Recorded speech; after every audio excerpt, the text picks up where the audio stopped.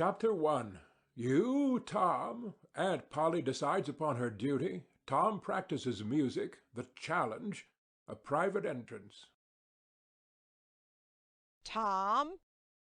No answer. Tom! No answer. What's gone with that boy, I wonder? You, Tom! No answer. The old lady pulled her spectacles down and looked over them about the room. Then she put them up and looked out under them. She seldom or never looked through them for so small a thing as a boy. They were her state pair, the pride of her heart, and were built for style, not service. She could have seen through a pair of stove lids just as well. She looked perplexed for a moment, and then said, not fiercely, but still loud enough for the furniture to hear, Well, I lay if I get hold of you, I'll— She did not finish, for by this time she was bending down and punching under the bed with the broom, and so she needed breath to punctuate the punches with. She resurrected nothing but the cat. I never did see the beat of that boy. She went to the open door and stood in it and looked out among the tomato vines and jimpson weeds that constituted the garden. No Tom. So she lifted up her voice at an angle calculated for distance and shouted, You, Tom? There was a slight noise behind her, and she turned just in time to seize a small boy by the slack of his roundabout and arrest his flight. There! I might have thought of that closet. What you been doing in there? Nothing. Nothing. Look at your hands, and look at your mouth. What is that truck? I don't know, Aunt. Well, I know. It's jam, that's what it is. 40 times I've said if you didn't let that jam alone, I'd skin you. Hand me that switch. The switch hovered in the air. The peril was desperate. My, look behind you, Aunt. The old lady whirled round and snatched her skirts out of danger. The lad fled on the instant, scrambled up the high board fence, and disappeared over it. His Aunt Polly stood surprised a moment, and then broke into a gentle laugh. Hang the boy. Can't I never learn anything? Ain't he played me tricks enough like that for me to be looking out for him by this time? But old fools is the biggest fools there is. Can't learn an old dog new tricks, as the saying is. But my goodness, he never plays them alike 2 days, and how is a body to know what's comin'? He 'pears to know just how long he can torment me before I get my dander up, and he knows if he can make me out to puff me off for a minute or make me laugh, it's all down again, and I can't hit him a lick. I ain't doing my duty by that boy, and that's the Lord's truth, goodness knows. Spare the rod and spile the child, as the good book says. I'm a-layin' up sin and sufferin' for us both, I know.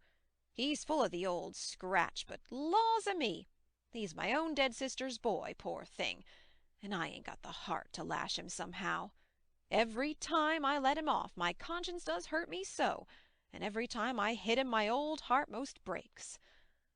Well, well, man that is born of woman is of a few days and full of trouble, as the Scripture says, and I reckon it's so. He'll play hookey this evening, and I'll just be obleeged to make him work tomorrow to punish him. It's mighty hard to make him work Saturdays when all the boys is having holiday, but he hates work more than he hates anything else, and I've got to do some of my duty by him, or I'll be the ruination of the child. Tom did play hookey, and he had a very good time. He got back home barely in season to help Jim, the small colored boy, saw next day's wood and split the kindlings before supper. At least he was there in time to tell his adventures to Jim, while Jim did 3/4 of the work.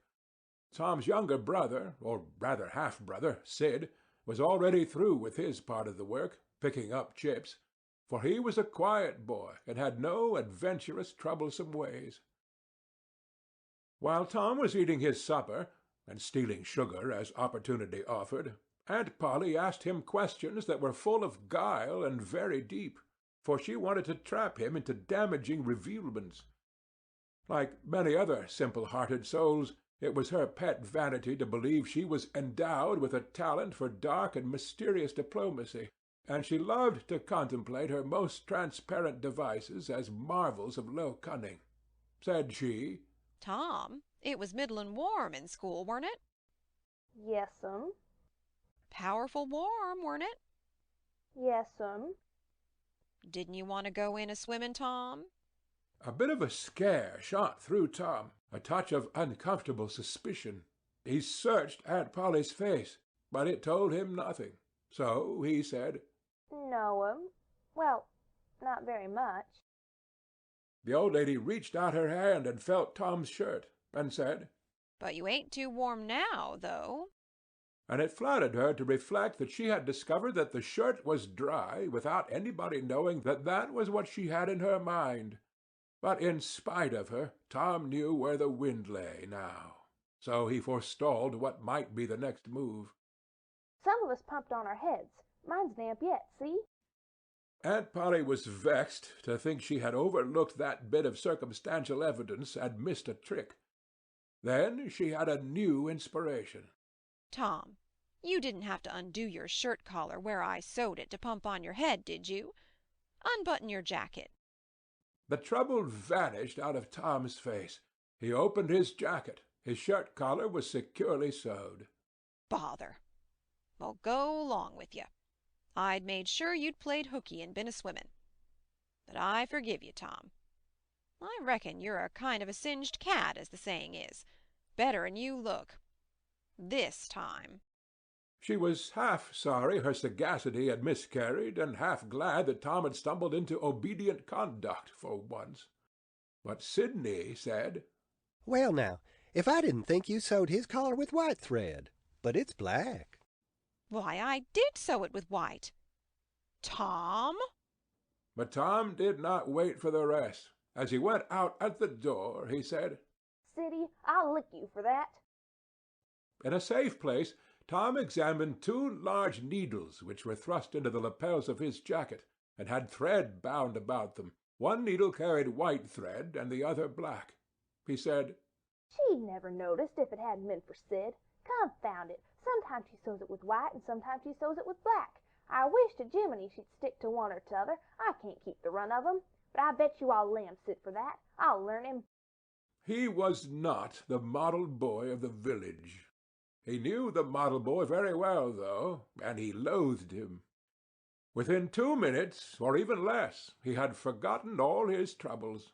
Not because his troubles were one whit less heavy and bitter to him than a man's are to a man, but because a new and powerful interest bore them down and drove them out of his mind for the time, just as men's misfortunes are forgotten in the excitement of new enterprises. This new interest was a valued novelty in whistling, which he had just acquired from a negro, and he was suffering to practice it undisturbed. It consisted in a peculiar bird-like turn, a sort of liquid warble, produced by touching the tongue to the roof of the mouth at short intervals in the midst of the music. The reader probably remembers how to do it, if he has ever been a boy. Diligence and attention soon gave him the knack of it, and he strode down the street with his mouth full of harmony and his soul full of gratitude. He felt much as an astronomer feels who has discovered a new planet. No doubt, as far as strong, deep, unalloyed pleasure is concerned, the advantage was with the boy, not the astronomer. The summer evenings were long. It was not dark yet. Presently Tom checked his whistle. A stranger was before him, a boy a shade larger than himself. A newcomer of any age or either sex was an impressive curiosity in the poor little shabby village of St. Petersburg. This boy was well dressed, too, well dressed on a week-day. This was simply astounding. His cap was a dainty thing, his close-buttoned blue cloth roundabout was new and natty, and so were the pantaloons. He had shoes on, and it was only Friday. He even wore a necktie, a bright bit of ribbon. He had a citified air about him that ate into Tom's vitals. The more Tom stared at the splendid marvel, the higher he turned up his nose at his finery, and the shabbier and shabbier his own outfit seemed to him to grow. Neither boy spoke. If one moved, the other moved. but only sideways, in a circle. They kept face to face and eye to eye all the time. Finally, Tom said, I can lick you. I'd like to see you try it. Well, I can do it. No, you can't either. Yes, I can. No, you can't. I can. You can't. Can. Can't. An uncomfortable pause. Then Tom said, What's your name? 'Tisn't any of your business, maybe. Well, I allow I'll make it my business. Well, why don't you? If you say much, I will. Much. Much. Much. There now. Oh, you think you're mighty smart, don't you? I could lick you with one hand tied behind me if I wanted to. Well, why don't you do it? You say you can do it. Well, I will if you fool with me. Oh, yes, I've seen whole families in the same fix. Smarty, you think you're some now, don't you? Oh, what a hat. You can lump that hat if you don't like it. I dare you to knock it off. And anybody that'll take a dare will suck eggs. You're a liar. You're another. You're a fighting liar and dasn't take it up. Take a walk. Say, if you give me much more of your sass, I'll take and bounce a rock off in your head. Oh, of course you will. Well, I will. Well, why don't you do it then? What do you keep saying you will for? Why don't you do it? It's because you're afraid. I ain't afraid. You are. I ain't. You are. Another pause, and more eyeing and sidling around each other. Presently they were shoulder to shoulder. Tom said, Get away from here. Go away yourself. I won't. I won't either. So they stood, each with a foot placed at an angle as a brace, and both shoving with might and main, and glowering at each other with hate, but neither could get an advantage. After struggling till both were hot and flushed, each relaxed his strain with watchful caution, and Tom said, You're a coward and a pup. I'll tell my big brother on you, and he can thrash you with his little finger, and I'll make him do it, too. What do I care for your big brother? I've got a brother that's bigger than he is, and what's more, he can throw him over a fence, too. Both brothers were imaginary. That's a lie. You're saying so, don't make it so. Tom drew a line in the dust with his big toe, and said, I dare you to step over that, and I'll lick you till you can't stand up. Anybody that'll take a dare will steal sheep. The new boy stepped over promptly, and said, Now you said you'd do it. Now let's see you do it. Don't you crowd me now. You better look out. Well, you said you'd do it. Why don't you do it? By jingo, for 2 cents I will do it. The new boy took 2 broad coppers out of his pocket and held them out with derision. Tom struck them to the ground. In an instant both boys were rolling and tumbling in the dirt, gripped together like cats, and for the space of a minute they tugged and tore at each other's hair and clothes, punched and scratched each other's nose, and covered themselves with dust and glory. Presently the confusion took form, and through the fog of battle Tom appeared, seated astride the new boy, and pounding him with his fists. Holler enough, said he. The boy only struggled to free himself. He was crying, mainly from rage. Holler enough. And the pounding went on. At last the stranger got out a smothered Nuff. And Tom let him up, and said, Now that'll learn you. Better look out who you're fooling with next time. The new boy went off brushing the dust from his clothes, sobbing, snuffling, and occasionally looking back and shaking his head, and threatening what he would do to Tom the next time he caught him out. To which Tom responded with jeers, and started off in high feather, and as soon as his back was turned, the new boy snatched up a stone, threw it, and hit him between the shoulders, and then turned tail and ran like an antelope. Tom chased the traitor home, and thus found out where he lived. He then held a position at the gate for some time, daring the enemy to come outside, but the enemy only made faces at him through the window and declined. At last the enemy's mother appeared, and called Tom a bad, vicious, vulgar child, and ordered him away. So he went away, but he said he allowed to lay for that boy.